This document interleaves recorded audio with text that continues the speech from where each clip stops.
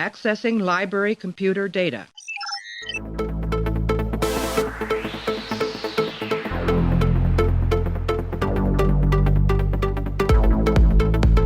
to make sure that history never forgets the name Enterprise.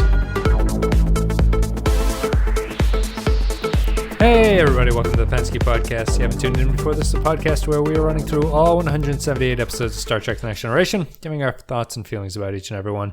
Right now we're up to Season 6, Episode 10 and 11. That's right, we're doing 2 episodes in this one. It's Chain of Command, Part 1 and 2. Directed by Robert Scheer in the first part, Les Landau in the Part 2. Written by Frank Abetsamarco in Part 2. Teleplay goes to Ron Moore for Part 1. It aired back on December 14th, 1992 and December 21st, 1992. In this episode, Captain Picard is taken from command of the Enterprise for a covert mission, and his replacement is assigned to deal with the Cardassians. Also noted for the torture scene of Captain Picard. Anyway, Clay is here to talk about this one, so we are going to combine both of the parts of Chain of Command into one. One podcast, one mind. Chain of Command right after this. Well, the Enterprise will be monitoring your channel just in case you do need to transmit a signal. Bridge to Captain Jellicoe. We've arrived at the shuttle departure coordinates. Did you launch the probe I requested? Yes, sir. I wasn't aware you wanted to be informed. Thank you. Jellicoe out. I can see why he's still only a first officer. Captain, I would just like you to know that Commander Riker... I've read your reports, Jean-Luc. I know you think highly of him. It's not just my opinion. He's been decorated by Starfleet Command 5 times. He's been offered his own ship more than once. I think if you just gave him a chance, you would find him an outstanding officer. Jean-Luc, let's be candid for a moment. The Cardassians aren't going to listen to reason, and the Federation isn't going to give in to their demands. And the chances are you won't be coming back from this mission of yours. I want this ship ready for action, and I don't have time to give Will Riker or anyone else a chance. And forgive me for being blunt, but the Enterprise is mine now. It's one of those episodes, Clay. One of those important episodes that we have to break down over the course of the next 45 minutes to an hour. It's Chain of Command. And you are fitting to do this because you love Ronnie Cox, correct? I love Ronnie Cox. Ronnie Cox is really good. Ronnie Cox is good in pretty much everything he's in. Yes, yeah. I don't know if he'd be... I can't think of anything where he's on the up and up, really. Has he ever played a character who's interestingly enough, I believe, if I have my trivia correct, that he actually made most of his early career playing good guys until they cast him in RoboCop. Oh, interesting. Or it was possibly, I can't remember if it was RoboCop first or if it was Beverly, because he's not a good guy in Beverly Hills Cop either, right? Right, he's like the slimy police chief or something. I can't remember which one it was, but one of those movies, they cast him against type, and it kind of stuck. Yeah, he's good at it. He's really good at playing the sort of the sleazy, if not sleazy, just sort of like gruff, uncompromising character. Mm-hmm. And is he still alive? Is he still acting? Yeah, he is. Yeah, okay. He's I actually just looked him up today. He's doing a movie that's shooting this year, I think. Oh, interesting. Yeah, Ronnie Cox still around. He's actually, for this episode, he's actually great casting because I did not trust him the entire episode. Right. And then at the end, you're kind of like, oh, well, he was just sort of doing his thing. He wasn't doing anything really negative. Right. Yeah. There was no point where he was like, I had to kill Bob Morton because he made a mistake. And now it's time to erase that mistake. You're fired. Bob, you're fired. Yeah, I guess let's start this off with a conversation about Jellicoe. We're talking about Chain of Command. As I mentioned in the intro, we're going to be talking about both parts to this one in this episode. So I guess, is Jellicoe a good place to start to figure him out? Sure. He's kind of a polarizing character on this show. I like Jellicoe. I appreciate what he brings to the show here. I appreciate what he does for this episode. I think he's written a little bit too inconclusively in this two-parter. Do you think that the show, the episode itself, thinks that Jellicoe is competent? You mean, are you talking about like from a writer's perspective? From the way he's written in this episode, right? I think that the goal was to make him seem competent and to make him not to make him basically just be a kind of a different captain to Picard. Yeah. And I think the script kind of wavers on that a little bit. And there's some scenes where it appears like he doesn't really know what he's doing. Well, that's the thing. I was kind of wondering whether or not that was an intentional misdirect, because by the end of the first episode, I've seen these episodes before, but not in a long time. And I immediately, like I said before, as soon as Ronnie Cox showed up, I was like, oh yeah, he's going to fuck them somehow. And so by the end of the first episode, I was trying to figure out whether or not all the stuff with the incursion crew going down was like part of his mad plan to jumpstart a war or something like that. It was that sort of thing I was thinking, wherein he was just that he was just doing things the way he likes to do them. There was no there's no malice. Yeah. And I feel like that was intentional. I don't know. It's tough to say. I mean, as far as his competency, I don't think he's ever really portrayed as incompetent. I just think he's he does this thing that I noticed that happens a lot on this show, where anytime a new superior officer shows up on the ship, they immediately shake everything up. And the entire crew is like, what's going on with this guy? There's no way we can pull this off. Right. Yeah, he wants to go to four shifts instead of 3 and everything. I think he does that to the extreme that any character has ever done it. Like that's kind of his character point, is to come on.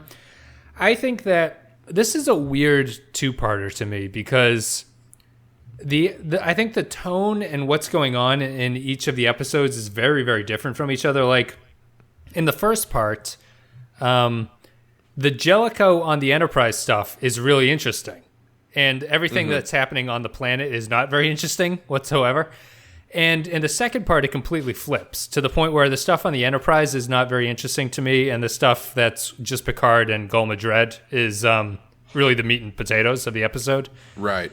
And I feel that the Jellicoe character kind of goes through some kind of flip-flop, where in the first episode, he's really just sort of a by-the-book, kind of a military more captain than Picard is. Mm-hmm. And he wants things his way. And in the second episode, I don't understand his plan where he's playing the Cardassians. Like, he's going to start screaming, and they're going to think he's a crazy person. It never goes anywhere. That's in the first episode, isn't it? It is. He continues that into... Yeah, once they pull the card on them that they captured the incursion team, then he kind of dials it down a lot. But I think, okay, so here's one thing I think we got to talk about, which might help iron some of this stuff out. By the end of the second episode, could you tell me what the hell all of this was for?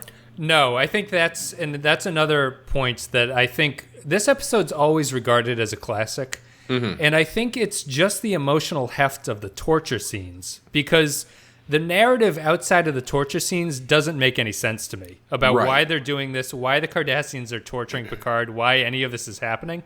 Right. And I think that, like, before, this is not to excuse it, but this is the last TNG episode to air before Deep Space Nine's pilot aired, right? So what they're trying to do is they're trying to showcase the Cardassians, who are going to be... Is this the first episode that the Cardassians are in? No, it's their third, I think. Okay. Their third episode. So we've been introduced to them before. This is the episode that mentions that they've left Bajor, the Cardassians, so that's important for Deep Space Nine. It shows their torture system. It shows it explains how the military works in Cardassia a little bit. But outside of that, if you start to pick at what is going on and why these groups are doing what they're doing, it really stops making sense after a while. Yeah, I think that plays into my the problem with Jellicoe. Is that Jellicoe? Is that it? Jellicoe, yeah. Jellicoe. The problem with Jellicoe's character is because, like, when you go back and look at it, I guess everything he said was correct. Like, he's not wrong at any point, right? But I would have written him to be more correct. I would have written him to be super competent and just have his clash of personality be a clash of personality where the crew doesn't really get along with. I don't know what the theme of his story is outside of him screwing up stuff. I mean, but what does he screw up, though? No, I mean, screw up in terms of he gets the crew out of their comfort level. But I mean, as far as being competent, everything that he does is right. Yes. The only time he's taken off track is when the Cardassians tell him that they captured Picard. I mean, his plan after that seems to be like, even so, he's like they're looking up at all these galaxy systems or whatever, and they find one that might be of interest to the Cardassians, and he's like, let's go there. They're probably there, not on a science mission. They're probably there for some sort of invasion thing. Let's put a bunch of mines on their ships and then force them to get out of there and back off. And that's just what happens, and it just works. Yeah. There's no, unless I miss something, he's just right. Yes, he is. I think that's the problem with the second part of the episode, the second episode that features the crew, because they really don't have any conflict to work around. To the point where they're engaged in like talks with the Cardassians, and then they just leave all of a sudden. You know, they go to that different system, and it's like, what happened there with that going on? And then when they get to that second system, the guy that they were talking with is also there. Is there? Yeah, he's just yeah. It doesn't make a lot of sense. Like, so I guess we'll start with why is Jellicoe put into this role? Like, what's the point of Jellicoe coming on the ship in terms of this narrative? Why him? You know what I mean? Like, why not any other captain? He seems to be. I'm surprised. It seems like the show is hinting that there's some ulterior motive to him. That's what I mean. I think that was the intention, is to think that his actions are not entirely pure, but that doesn't seem to be the case. No, that's not the case. Yeah. Yeah, he's just a demanding captain. Yes, right. Yeah. And although he does have a weird fetish for counselors in Starfleet uniforms. He does that, which is actually a fantastic thing that he does. It's his one lasting impact on it. But see, I like the Jellicoe character. Mm-hmm. I like the fact that they tried to bring in someone who is competent, but is just sort of upsetting to the crew, distressing to everyone but Data, which is another beat that I really like. The Data's his like yes man. Oh yeah, that was great. Yeah, which is really good. But I feel the fact that he's come on and sort of stirred up the crew is not enough of a story to carry his arc. Yeah, I think there needs to be. Like, there's no moment in which either he has to... Well, I mean, there's the scene with Riker where he has to ask Riker very nicely to fly the ship. But, there's no sequence in which both sides have to put aside their pride to work together. Right. You know? It's just, there's that one scene where they kind of talk to each other as men. Yeah. And then that's it. And then Riker just, does his shit. And... like, there's no repercussions really from the secret mission that he sends Picard on, as far as like anybody else in the crew finding out about. There's just no conflict. Even that it's all very it's scheduling conflict. Yeah, but it's not like actual conflict. No, there's no narrative really driving his sort of problem that he go. I would have had him be correct at the end as he is here, but I felt what they should have been trying to do was stress the difference between the leadership of the two captains, and that they can either both work, or because I don't think you can bring Jellicoe on and just have him fail. That doesn't seem to make a lot of sense to me. Right. I see the episode as a chance for the rest of the crew to sort of grow as I don't know if grow, but just sort of adapt to a new circumstance that they have to deal with. Because I don't really understand their dragging their feet with the stuff that a new captain is telling them to do. At a certain point, like I understand Riker doesn't think it's a good idea but didn't the guy told you to do something, and Right. you didn't do it. So I don't know why you'd be upset by this or peeved. Well, what would have been nice, I think, is if Jellicoe's presence and his tactics kind of shook them up and made them see that, oh, they're kind of being, like if they're arguing with Jellicoe and they're dragging their feet caused X bad thing to happen. Yep. Instead of, they could then use the Jellicoe's taskmaster nature as a, like, sort of like you were saying, like, sort of like a wake up call that they're like, oh shit, we need to, we're in our 6th season here. We really need to get back to basics, that kind of thing. Yeah, I think that could have been interesting. Yeah, I mean, I would, if you're trying to lead this into Deep Space Nine, I could have seen the story for Jellicoe being that he is willing to go to a lengths that the crew normally won't go to because he knows this is the only way to deal with the Cardassians, sort of. Like, he's willing to push the envelope, which is kind of what they did in The Wounded when they introduced the Cardassians. It was one captain who went rogue against the Cardassians because he knew what was going on. And I feel that would have been the way to do it. Like, if the Enterprise's normal stuff doesn't work against them, and it takes this new captain, this new Jellicoe attitude to really get the job done, is kind of hinting at what Deep Space Nine, the different tone of the show, would be. You know what I mean? And it shows you the weakness of the TNG ethos in what I consider to be more of a real-world situation with the Cardassians. Yeah. Well, what's interesting is he is portrayed as very sure of himself, but they also undercut it with that probably the best use of Troy I've seen in the whole season, which is where Riker says he's very sure of himself, and then she says no, he isn't. Right. Yep. Like that. Troy's another thing that's really weird about these 2 episodes because she's in it a lot, but she doesn't do anything. Yeah. Yeah. But yeah, so it's like that scene.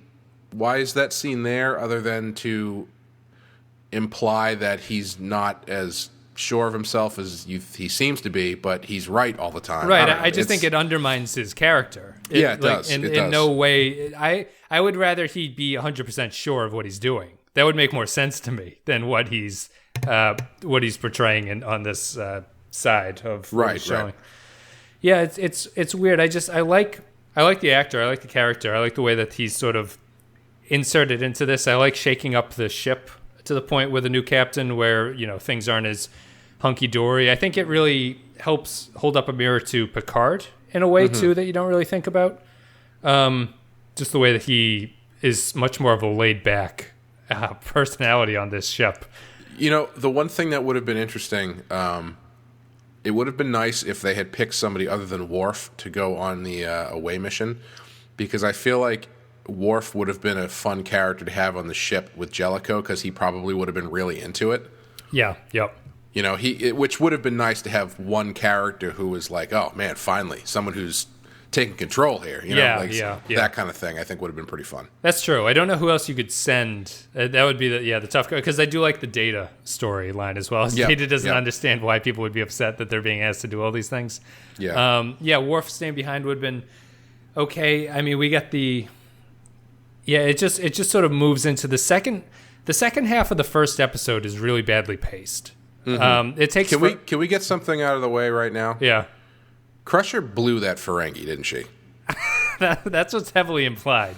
I think they have a name for it. It's called like umox or something. Is when the Ferengi get their ears rubbed. Jesus! So that's what goes on. That scene felt weirdly out of place. It felt like they were playing a film noir.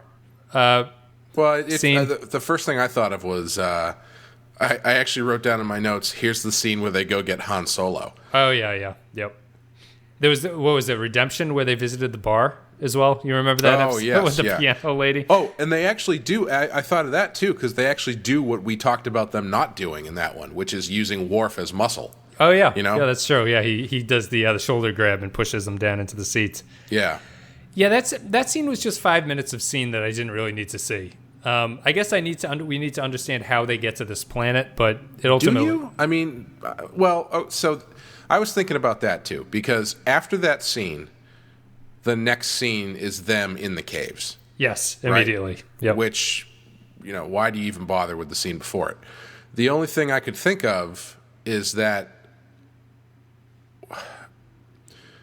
is the scene with the Ferengi supposed to imply that the Ferengi told the Cardassians about the mission? No, I don't think so. But that would make sense, I guess, right? Because they pull the Cardassians tell Jellicoe, or they make mention of the incursion mission before it actually even happens. I think. No, they mention it afterwards. Are you sure? Because I thought like before they really got into it. I think they were on the planet, but I think before they really get into it, before the Cardassians show up, I thought the guy that they were negotiating with was like, well, it would be really weird if we happen to find, I don't know, like an away team on our planet doing some really shady shit. So it sounded like they knew that it was happening. Yep.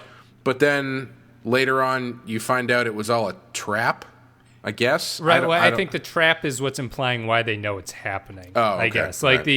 Yeah, that's true. I guess they're just assuming that it's gone through. I can't remember exactly if we see one scene of them on the planet before they mention that to them. Mm-hmm. Well, in that case, then that Ferengi scene is kind of pointless. Yeah, it's pointless. I don't think he betrays them. I don't read it that way. It's just the first episode suffers from it really doesn't feel like there's enough plot to carry through the time that they have. Like they're basically just going through the cave. They solve like 3 minor problems in the cave. They go down, they rappel down the side, rocks fall on Beverly. She is surprisingly unharmed by a lot of rocks falling on her. And yeah, just it is a lot of rocks, and she's buried deep, and she comes out and just is, well, woo, that's all you need to do. I was really happy that they used her too. I mean, I think this is one of the more active episodes that I've seen her in. And I thought she was pretty good. Yeah, it makes sense for her role, right? She has to go as the sort of biological specialist, I guess, that would be dealing with this type of thing. Well, yeah. I'm sure the way they did it was they picked the team and they were like, all right, why is Beverly on this team? Yeah. Right. I don't know. They're making some sort of medical weapon. Just, that's I like Picard's thing, Mr. Worf, your reason for being here is obvious when he's explaining the mission, which is good. The Cardassians are developing a flu bomb. I think that the scope of what they're doing on the planet makes sense. It's just boring shot. Like it's not exciting to watch. Yeah. Even though I know that it's kind of interesting what they're doing. They just don't run into any real problems as they're going through the system until the very end. I kind of wish they had spent more time doing the training stuff, actually. I thought that stuff was pretty interesting. Also, I think probably the best non-sex use of the holodeck.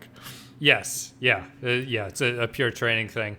Yeah, that stuff was interesting because I don't know. You don't really see that stuff. It kind of had a heist movie kind of feel to it. Yes, yeah, that's true. I would have had them do more training just because I feel like we needed more Picard Jellicoe scenes. I think that would have been a strong thing to do. And also, again, I don't know who knew what about when in this story because Jellicoe pulls Picard aside during their really lame ass ceremony that they had. And he's like, so is how's everything going? Is the secret mission still on? He's right. like, yeah, no, we're ready to go. And then later on, when Riker goes into Picard's ready room after Picard gets back from training, he's dressed in all black, clearly out of breath. And Riker doesn't even question what was like. And Picard says, "Oh, I haven't been this tired since I was training for something in the academy." And Riker's like, "Well, I'll let you go. Have a shower, and I'll see you later." Don't want to bother you. I don't understand. Does Riker know about this mission? Because he clearly was not told about it when they were, I don't know. No, I don't think he does. But he also, when they get captured and the Cardassians are like, "We've captured Captain Picard," Riker immediately goes, "Do you have Captain Picard?" Like he betrays the fact that there was a group down there immediately. Riker doesn't play it cool at all. It's like, we have captured Jean-Luc Picard. Is he dead? Did you kill him? Where is he? Yeah, I feel that that plot line just isn't really very strong. This episode introduces Admiral Nechayev, which is the woman admiral, who's a recurring character. As sort of the difficult. She's like the difficult admiral to a T. That's kind of her thing. Yeah. Does Ronnie Cox ever come back in Deep Space Nine or anything? No, he does not. That's it. Bummer. He had a lot to say about this episode, though. It was interesting. Oh, really? It seems like he had a good time. The only other thing I was going to say is it would have been nice if there was some sort of conflict over whether or not them going on this mission was a good idea. You know, I know that the whole thing is like, you know, you have to go on this secret mission, but where clearly the stakes at play here are like intergalactic war. Yep. You know, you're working on a peace conference, but you're also sending in this covert team to do X, Y, and Z. I feel like there could have been a little bit more there. Like, let Riker find out about it and have him another thing that he and Jellicoe clash on, you know? I don't know. Yeah, I think that should have been the Jellicoe role, right? Like, I think they should have been... The captains have two very different opinions about how to deal with this threat, and they each get sent on sort of the wrong mission. You know what I mean? Like, Picard gets sent as the espionage guy instead of doing the diplomacy, and Jellicoe is stuck doing the diplomacy. Mm-hmm. I think that kind of makes sense. Like, you show the two sort of angles as to what they're going on, and both of the personalities are not quite equipped to deal with it, even though part 2 shows that Picard is equipped to deal with anything, basically. That would have been interesting to me. I just feel like the Jellicoe storyline doesn't pair well enough with what they do for the Picard storyline. And it's a little bit disappointing. So should we get into part 2, because we've done 20 minutes on part 1? Sure, let's do it. Yeah, so part 2 is the better episode, right? Would you agree or disagree with that? Oh, one more thing about part 1. Sure. When what's that giant book that he tells Jean-Luc to take with him? I don't know. Everyone spends a good deal of time thumping it, though. Yeah. Like with their hands, just giving it a good thump. I know you can only take no more than 5 pounds worth of stuff down to the planet, but don't forget your giant tome. But Riker's reading it later on in his when he's being dressed down. He's reading it. Is that what he's reading? Yeah, he's reading that book. Oh, right. So he didn't take it. He just left it. He gave it to Riker, I guess. Anyway, okay, part 2. Part 2 is the better episode. Agree or disagree? Yeah. Yeah. Part 2 is the better episode. I think that the first episode is pretty good, all things considered. Yeah, it's good. I think this is probably the only time so far, anyway, where a second half of a two-parter has been better than the first half. Yeah, and I want to give you a little bit of trivia for this. This was originally only a single episode where Picard is rescued at the very end of the episode. That episode would have been terrible, right? Yeah. So there would be no torture scenes in the. That's dumb. It would be really dumb. That's the whole point of the episode. It would make Jellicoe even less of a point. Basically, there would be no point for Jellicoe to be on the ship at that point if it was that quick. That would be real bad. And they were over budget at this point. So they decided to make it a two-parter where the second episode would really just be a very tiny bottle episode. And what it turns into is essentially 80% of it is a two-man play between Madred, who's the Cardassian, and Picard in this sort of office room. Shades of Once Upon a Time from The Prisoner, a little bit. Oh, sure. Yeah. Shades of... it's definitely wearing its homages on its sleeve. Shades of 1984 with the how many fingers am I holding up reference. So I think that the part 2, the torture scene, is probably one of the most emotionally affecting stories that the show has ever done. Yeah. To a point where it impacts my watching the first part, where you're watching Picard as he's about to get into this mission where he's going to get captured. It kind of hits you with that like knot in your stomach thing. The show rarely does this, which is shocking to me on this rewatch, how little the episodes sort of have like a true emotional resonance with me. And it's interesting that this one manages to do it. It does it through a very easy mechanism. You know, torture is not a difficult sell in that regard to a main character. So I don't know. What'd you think in general? Well, apparently they figured out the key to a good two-parter is to have the first part end with Picard getting captured. Yeah, that's true too. With some great dramatic music too. I like the music that ends this one as well. Yeah. I always mistake it though. I always remember it being, and I think this would have been a better ending. The first scene in part 2 where the Cardassians sort of reveal what they do. They say they're only going to call him human. They like strip him naked and hang him from the ceiling. Mm-hmm. I think that should have been the ending of part 1. Yeah, I think that would have been good. If they had cut that Ferengi scene, maybe they could have done that. Right. Yeah, because I think if I had to call out one flaw, I don't even want to call it a flaw, but like storytelling flaw of the second half is that you don't really have any concept of how much time has passed. No, you don't, yeah. And it seems like not much time has passed. So if they had ended the first episode with him being hung from that thing, then you've got a whole week to yourself. I mean, even between episodes, you could put a week, you could put 2 months, anything could be in there. It feels, having it be separated by a break in episodes implies a passage of time. Yeah, that's true. That is not there otherwise, because I mean, you could kind of probably do it out mathematically if you figure out how long it takes the Enterprise to fly 11 light years to this place, drop a bunch of mines, and then fly 11 light years back. Yep. But yeah, that's probably the one flaw, is that the amount of brainwashing that happens in 40 minutes is kind of, they could have probably paced it a little better that way. Yeah. I think the key to this working is great casting, and man, David Warner is the fucking man. He is awesome. Yeah, he plays Madred, obviously. Yes. Yeah, he's very, very good in this one. You might know him as the scientist from Teenage Mutant Ninja Turtles 2, Secret of the Ooze. Sure.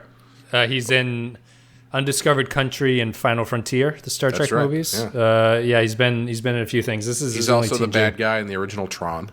Oh, there you go. Yeah. he's got the gravitas, and he pairs well with Stewart, I think. Yeah, I think their back and forth is really good. Yeah, they are definitely on the same page.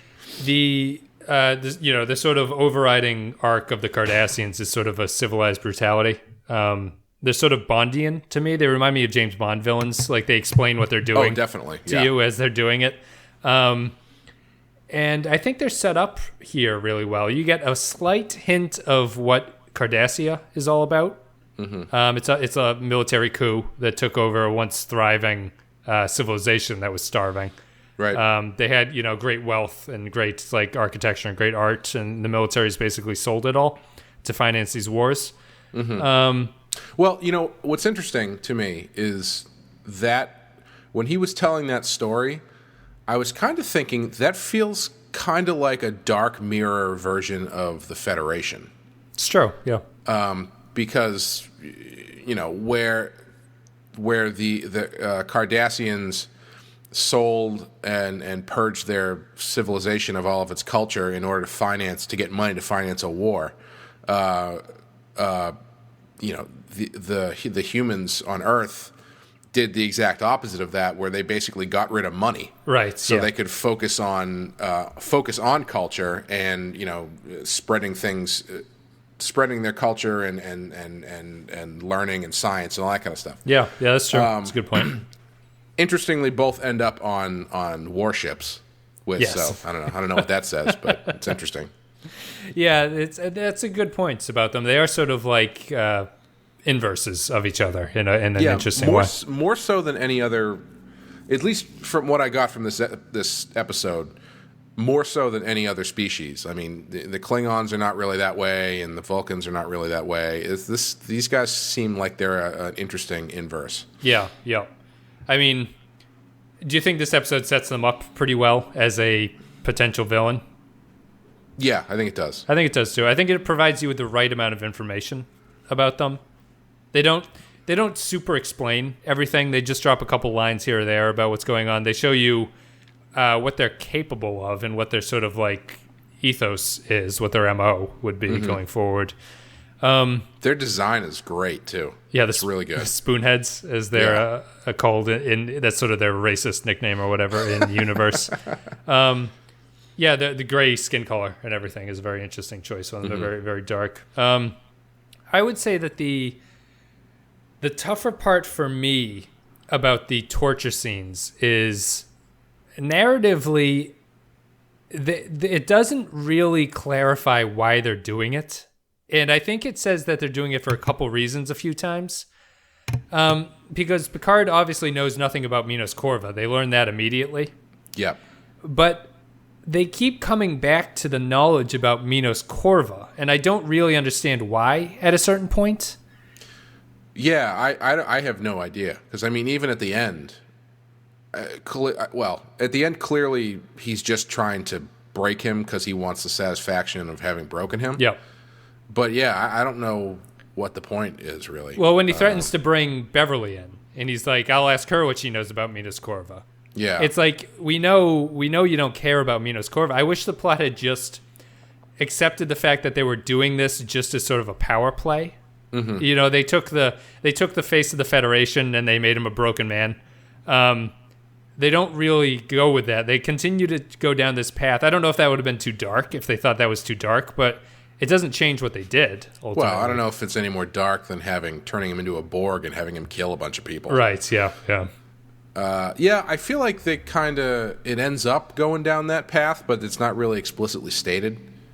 Yep. Because that's one of the other reasons why at the end of this whole thing, I was like, what the hell was this all for? Because I didn't know if they were torturing him just to break him, because, like you said, the information they want from him, he clearly doesn't have. So I don't know. Yeah, right. And you don't get a good sense at the end of where the two parties have. I mean, this is by far the episode that the show becoming serialized, it becomes absurd. You know, at a certain point where Picard is in ship in a bottle after this episode. He's just back to normal. You know what I mean? Like nothing really happened. Like even the ending here.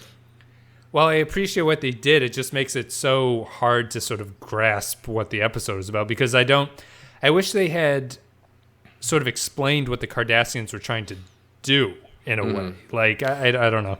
You know, now that I'm thinking about it, hearing that this was originally one episode, I feel like that kind of explains it a little bit, because it seems like they had their original setup, and then once they had to pad it out and they put this torture sequence in, that became the thing that they were most interested in exploring. Yeah.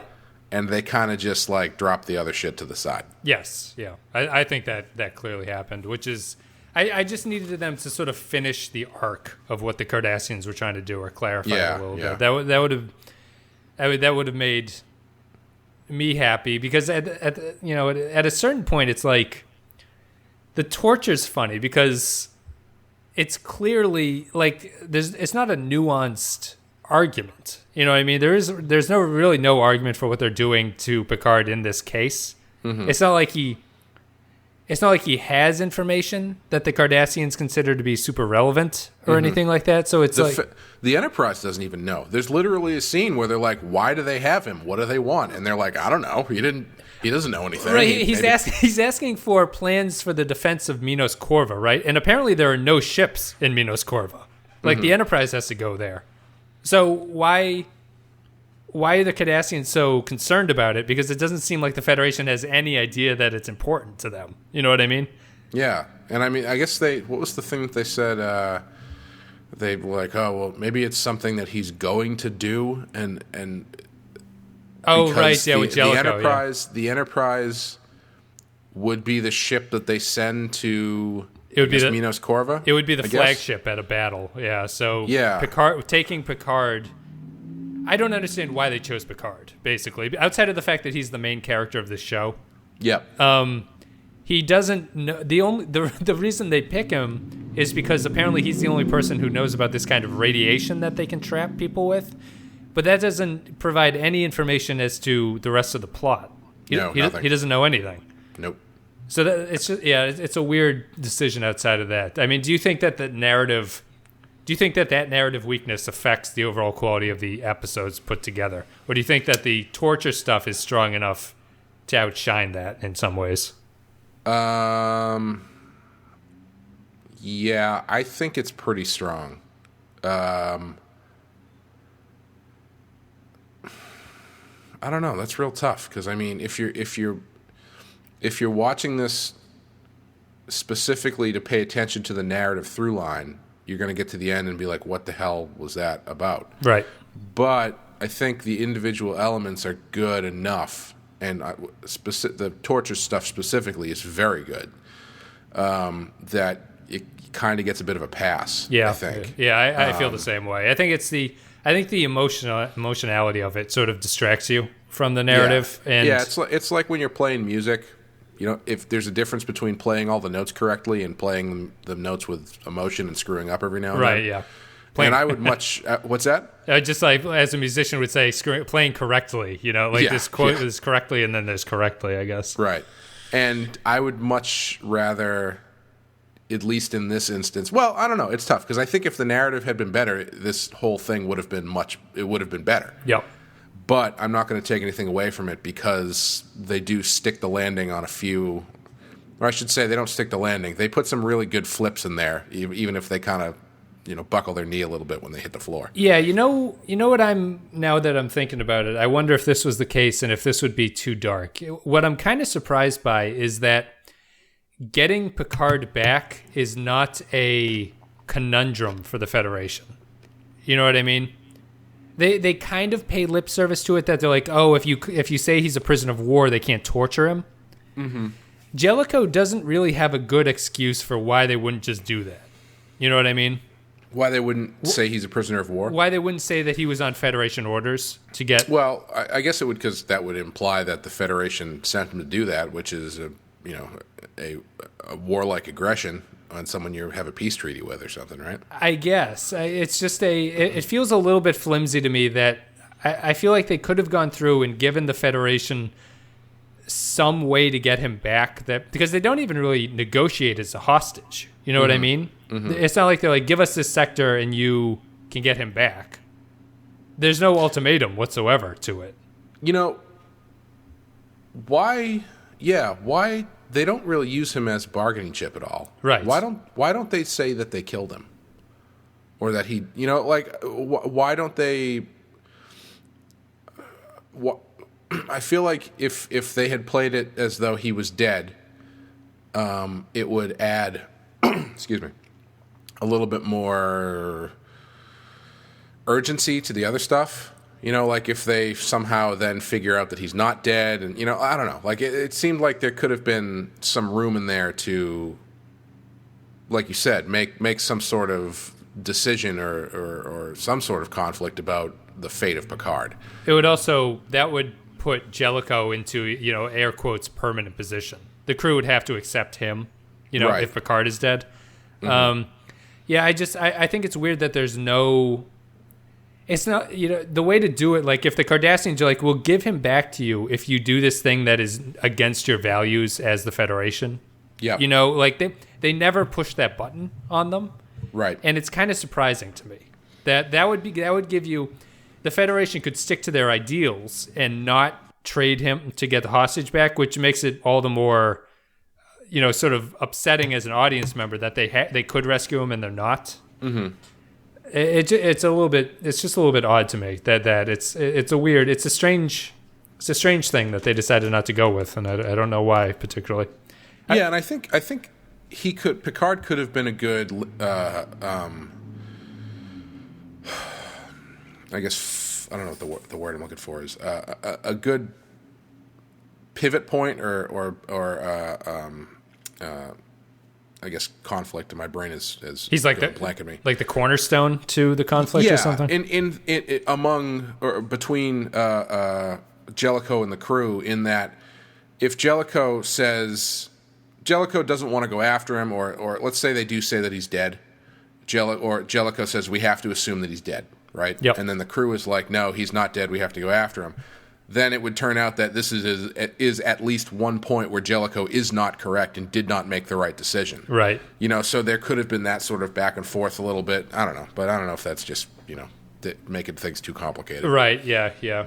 Well, I think what we're sort of hinting at is that it feels the like episodes are garbage, yeah, and they should be stricken from the all Blu-ray box. 1 out of 5. 1 out of 5. It's I think what we're sort of hinting at is it feels like it's just missing one narrative thread that would tie everything together.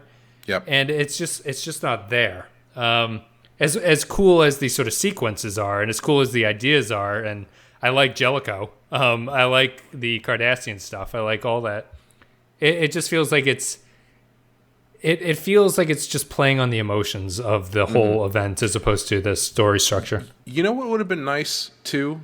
I don't know if this really ties a lot up, but it might have helped a little bit if there had been a scene with the guy, the Cardassian who they're bargaining with, and David Warner, because that stuff feels so separate. Yes, that it would have been nice if there had been a scene between those two guys, so you had some idea of what they were looking for and why, and David Warner's reasons for continuing to torture him. You know what I mean? Right. Yeah. He's like, because he at the end when they come in, clearly they're like, "What the hell are you doing? We told him that we're clearly he's disobeying orders or not doing things the way they should be doing." Yep. So it would be interesting if they had set him up as like some sort of weird Mengele character or something. Yeah, because by the end you get the impression that he's not the highest ranking, which seems like it seems to me as you're watching it that he would be the highest ranking Cardassian in a way. Yeah, but he seems more of just sort of a middleman interrogator, I guess, by the way that I was judging the way that the negotiating Cardassian was talking to him at the end. Right. Yeah. Which I guess ties into the whole. Because Picard has that scene where he's like, "I picture you as a 6-year-old boy who couldn't defend himself," and it kind of ties it into that potentially. But I don't know. It's interesting anyway. And or at least have they could have given him some sort of line about having some sort of innate hatred towards the Federation or something. Yeah, I don't know. yep. Something, because he's clearly trying to prove a point. By the end of it, and getting a better idea of what that point is, might have helped. Unless I completely missed it, which is possible. No, I don't think he had an overall point. I kind of wish that they did. I kind of wish that they had clarified it a little bit. Because as good as the torture stuff is, it does feel like it's just missing that one sort of reason. And I guess the counter argument people would be that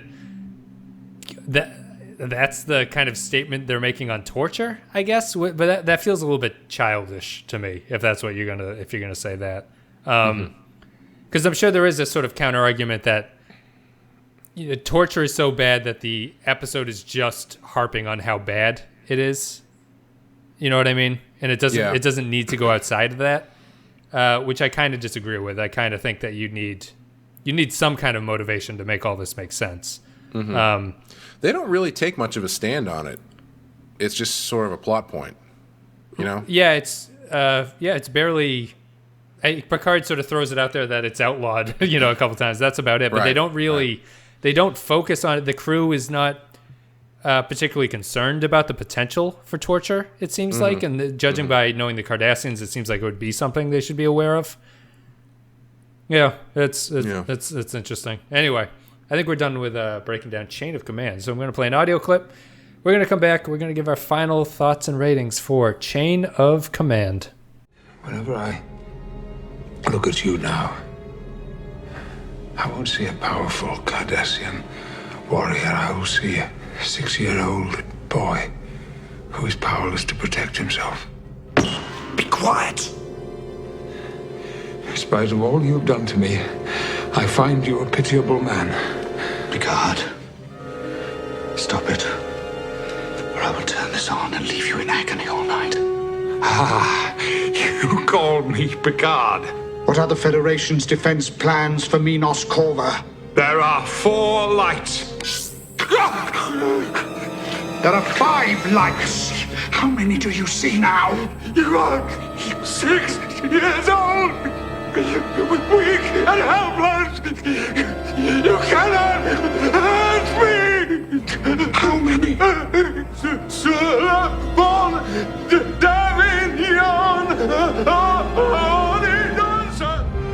All right, so this is our first two-parter that we're doing as one episode. So I'm gonna rank each one on its own merits. But if you guys are interested and you're watching on YouTube, you can click in the upper right-hand corner of the video, click the little link there. It'll bring up a poll. You can vote on what you think for, as a total, what you think these episodes are scaled. I'm gonna say that the first part is slightly weaker than the second parts, but the first part is still good. Especially the first half of the first part is very, very good. Jellicoe's introduction is really good. I give the first part a 4 out of 5, I think. I'm going to give the second one, it's kind of a weak 5, the second part of this. I think this episode's important, but I don't think it's one of the best Star Trek episodes that they've done. And I think it's good.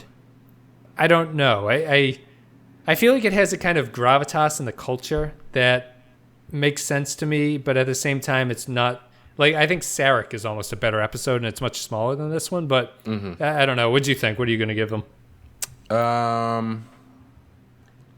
Yeah, I think I agree with you.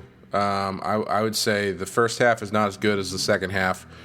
Second half is really good. I mean, honestly, I would give it a 5 just for the interrogation stuff. Yeah. I mean, it's just really good. Yep. You know, I mean, they get really weird with it, which is fun. You know, that's kind of what we were saying. The last episode I was on is they would push things and get a little weird, and they do in this one, which is nice.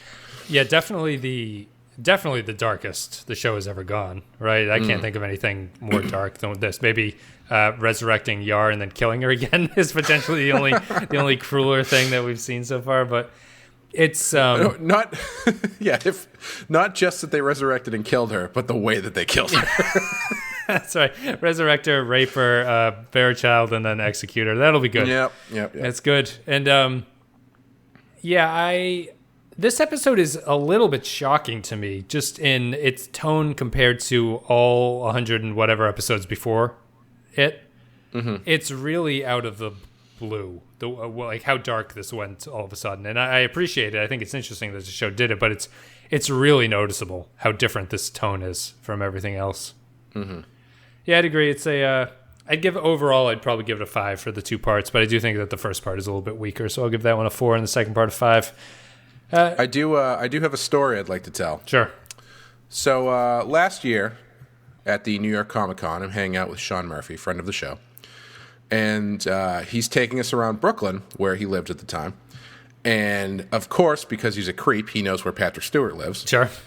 And he says, "You want to see Patrick Stewart's house?" And we say, "Yeah, sure, why not? Who doesn't want to see Patrick Stewart's house?" So we go over there, and as we're coming up on it, I notice something outside on the building. I start counting the lights on the building. Yep. There are 5 lighting fixtures on his building, but only 4 of them were lit up. Wow. Yeah. That's pretty remarkable. Yeah, I know, right? If I had played Picard, there's no way I couldn't do that on the outside of my house. Yeah, that's fantastic. So I guess on the philosophical level, were there 4 or were there 5 lights? I mean, technically, there were only 4 lights. It's 4 light sources. But I saw 5 lights, but there were only 4 lights. Right. If you know what I mean? Yeah, I completely... Yeah, that's pretty crazy, and hopefully that's intentional. I doubt Sir Patrick Stewart would do that, but that is fantastic. That would be amazing if he moved in and was like, first things first, unscrew 1 light bulb. He just smashes it with his cane. He's just there. What do you think of the "there are 4 lights" delivery? At the last one? Yeah. I thought it was good. I would have had him reshoot it. If I was the director. Think so? Yeah, I would have been like, you need to tone it down a little bit. Tone it down? Yeah. I don't know. I mean, I feel like he's clearly at the breaking point. Like, that look he has on his face is the look of, like, you know, a confused animal. Yes, yeah. I was actually going to say, I think his pain acting not just in this episode, but in most episodes, is really good. Yes. Because he never does like just a and falls over. He always does like a and like convulses in a really weird way. He's good at that. And he has to sell a device that we can't even comprehend. Really, it's like at least in like have powers beyond their comprehension. Game of Thrones, it's like you're actually like putting a screw through Theon's foot or whatever. Like you're like, I can comprehend how that would feel. I understand the concept of getting a dick cut off. That's something that hits close to home. It's as another Game of Thrones comparison, thank God they finished this over a course of 2 episodes as opposed to 12 episodes of having to watch this. So that's my one Game of Thrones criticism. But the difference would be it would be if every character on the Enterprise had their own season-long arc we had to touch on. Right. Just get cut back and forth between Riker learning the trombone and moving around. Yeah, I'm surprised I didn't remember because it's always something I wanted to talk about. I'll talk about it for just a minute. I feel that final "There are 4 lights." I just wish it was a little bit toned down or something. I don't know. People seem to love it, and it's an iconic line, right? Is there? Yeah, it's like a Jeopardy type question line. Like, how many lights are there? And obviously, if you're not up to narrative, a direct homage to 1984, where Winston asks, I can't remember the guy's name, but the main character, how many fingers he's holding up, and he holds up 4 and says there are 5. Yeah. So it's a direct reference to that. Really well done kind of reference. And I also would have the thing when Picard walks out at the final, there's a shot back on Madred, and he sort of gives himself like a little smile. Mm-hmm. I would not have filmed that either. Yeah. Yeah, he probably needs to be like in the worst possible state when he leaves. Yes, he needs to be disappointed. I don't know. I mean, he's doing that specifically because he beat him, which I think I'm okay with that. Sorry, who beat who? You're talking about Picard makes a little smile? No, the Cardassian smiles to him. Oh, sorry. The torturer gives him, as Picard's walking out, he gives himself like a little like smile, like, oh, this guy, he beat me. Like he appreciates being bested. Oh, okay. In my head, I got a picture of Picard smiling, which actually which makes kind of some sense and would have been interesting to put in. That makes more sense to me because, Picard would be. But no, he just snaps back to being okay again, as he did in Best of Both Worlds. He talks to Troy and admits that he saw 5 lights. Do you agree with the ending? Is that the way they should have ended the show? Yeah. I mean, it's a good. Well, I guess it depends on how you look at it, because I think it's a great ending, but it makes me question the sanity of the captain of the ship a little bit. But I think it's interesting. I think it needed that sort of. He bounces back so quickly when they bring him back to the Enterprise that I think they needed some sort of coda at the end. Yeah, lasting repercussions. I think the only reason it doesn't work quite as well as how serialized or how non-serialized the show is. If it was a season-long arc, his admitting that would make a lot more sense to me at the end. I think it's the only way that they could have ended the show, but it's just a little bit odd. Yeah. Anyway, guys, thank you very much for listening. If you enjoyed the content, you're on YouTube, like in the comments. Appreciate it. If you're on iTunes, a rating review helps get the show out there. You can go to facebook.com/The Penske Podcast if you want to talk to us on Facebook. You can go to patreon.com/The Penske Podcast if you want to donate a couple dollars and get exclusive content. We just talked about Galaxy Quest, me and you, right? Oh, yeah.